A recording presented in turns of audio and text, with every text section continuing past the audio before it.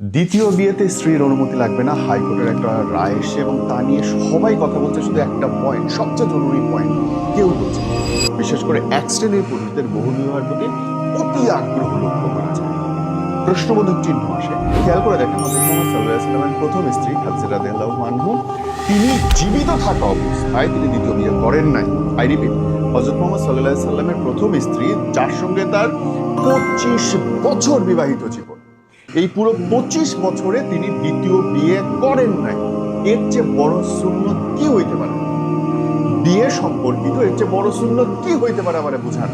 যদি মহানবী সাল্লাল্লাহু আলাইহি ওয়াসাল্লামের জীবন, যেটাকে আমরা মুসলিমরা আদর্শ বলে মনে করি এবং তার জীবন মানে আমাদের কাছে এটা সর্বোত্তম পন্থা, যদি সেইটা করতে হয় তাহলে আপনাকে এইটা করতে হবে বিয়ে সম্পর্কিত, যে আমার স্ত্রী বেঁচে থাকা অবস্থায় আমি অন্য করে বিয়ে করতে পারবো না। যখন খাদিজা রাদিয়াল্লাহু তাআলা আনহা মারা গেলেন 25 বছর পরে, তারপরেও তিনি হুট করে কিন্তু বিয়ে করেন নাই। তার ছোট ছোট বাচ্চা ছিল, বাচ্চাগুলো দেখার প্রয়োজন ছিল এবং তার নিজের দেখার প্রয়োজন ছিল। এই বাচ্চাদের মেইনটেইন করা, নিজের ভেঙে পড়ে, এবং তিনি যে কি পরিমাণে আহত হয়েছিলেন খাদিজা রাদিয়াল্লাহু তাআলা চলে যাওয়ার পরে। এবং তার আপনি খেয়াল করে দেখবেন বিভিন্ন হাদিসে পাওয়া যায় যে তিনি চলে যাওয়ার পরে তার বান্ধবীদের পর্যন্ত নবী করিম সাল্লাল্লাহু আলাইহি ওয়াসাল্লাম উপহার পাঠাতেন, দালিলিক প্রমাণের যে কি পরিমাণে শ্রদ্ধা করতেন তিনি তার স্ত্রীকে, ভালোবাসতেন, তার সবকিছুকে তিনি দেখে রাখতেন। তিনি একটা স্ত্রী থাকায়, প্রথম স্ত্রী থাকা অবস্থায় দ্বিতীয় বিয়ে তিনি করেন নাই। এবং খেয়াল করেন, দ্বিতীয়বার যখন হযরত মুহাম্মদ সাল্লাল্লাহু আলাইহি ওয়াসাল্লাম বিয়ের পিঁড়িতে বসেন, কাকে করেছিলেন? এমন একজন নারীকে করেছিলেন যিনি ইসলাম ধর্ম গ্রহণ করার পর তার উপরে অমানসিক অত্যাচার হচ্ছিল, তার রক্ষা করার কেউ ছিল না, তাকে দেখার কেউ ছিল না। এবং এরকম একটা মানুষকে তিনি আশ্রয় দিলেন, যার নাম হযরত সাউদা বিনতে জামা রাদিয়াল্লাহু তাআলা আনহু। এবং উদ্দেশ্য কি বলেন? উদ্দেশ্য ছিল তাকে আশ্রয় দেওয়া এবং নবীজির সন্তানদের দেখাশোনা করার উদ্দেশ্য ছিল, এবং তিনি ছিলেন একজন বয়স্ক নারী। আপনাকে মনে রাখতে হবে ভাই, যদি হাদিসের কথা বলেন, যদি নবী করিম সাল্লাল্লাহু আলাইহি ওয়াসাল্লামের জীবনীর কথা বলেন, আদর্শ মানেন, তাহলে অবশ্যই প্রথম স্ত্রী বেঁচে থাকতে দ্বিতীয় বিয়ে করা তার জীবনীতে নাই।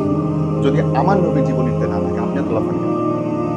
হ্যাঁ, আপনি তার চেয়ে তো নিশ্চয়ই দুনিয়াতে কেন, সারা দুনিয়ার মানুষের তো তার চেয়ে বড় কেউ হইতে পারেন। এবং পরের বিয়েগুলো যদি খেয়াল করেন, প্রত্যেকটার পেছনে আল্লাহর হুকুমে নানাবিধ কারণ ছিল এবং কোনোটাই তিনি নিজের জন্য করেন নাই।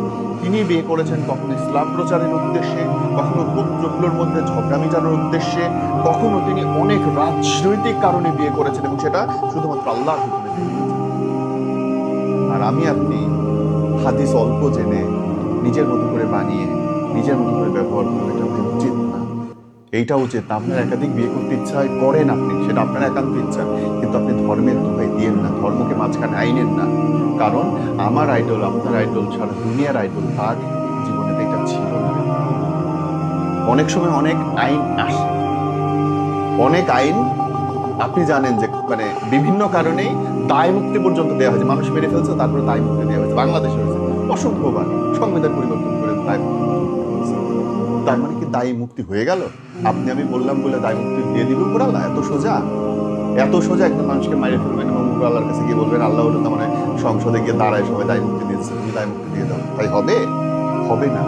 আপনার নৈতিকতা, আপনার জ্ঞান, আপনার বুদ্ধি, আপনার পড়ালেখা, ইকরা, প্রথম ইকরা বিসমিল্লাহ, পড়ো রে ভাই। 10 জন মানুষের কথা শুনে ধার্মিক হওয়ার দরকার নাই। নিজের বুদ্ধি দিয়ে পড়ো, নিজের জ্ঞান দিয়ে পড়ো। আল্লাহ আদেশ করছেন তিনি যে তুমি পড়ো। আর এখন খুব সোজা, কম্পিউটারে বসবেন, ফোনে বসবেন, যে কোনো জায়গায় সমস্ত দলিল দস্তাবেজ হাতে এসে যাবে। যদি কোথাও মনে হয় যে আমি ভাই ভুল বললাম, লেখেন, 2টা গালি দেন। কিন্তু যদি মনে আমি সঠিক বলছি, ভিডিওটা শেয়ার করুন।